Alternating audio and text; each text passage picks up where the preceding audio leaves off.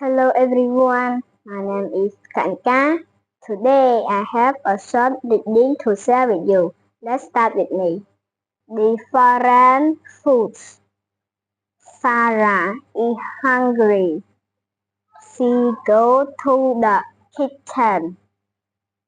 She opens the cabinet. There are a lot of snacks. The marshmallows are too sweet.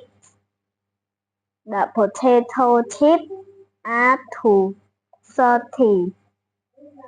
The ice cream is too watery. The cereal is too bland. Her dad comes home.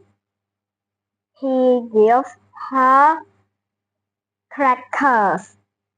The crackers are perfect. Thank you for listening to me. Goodbye.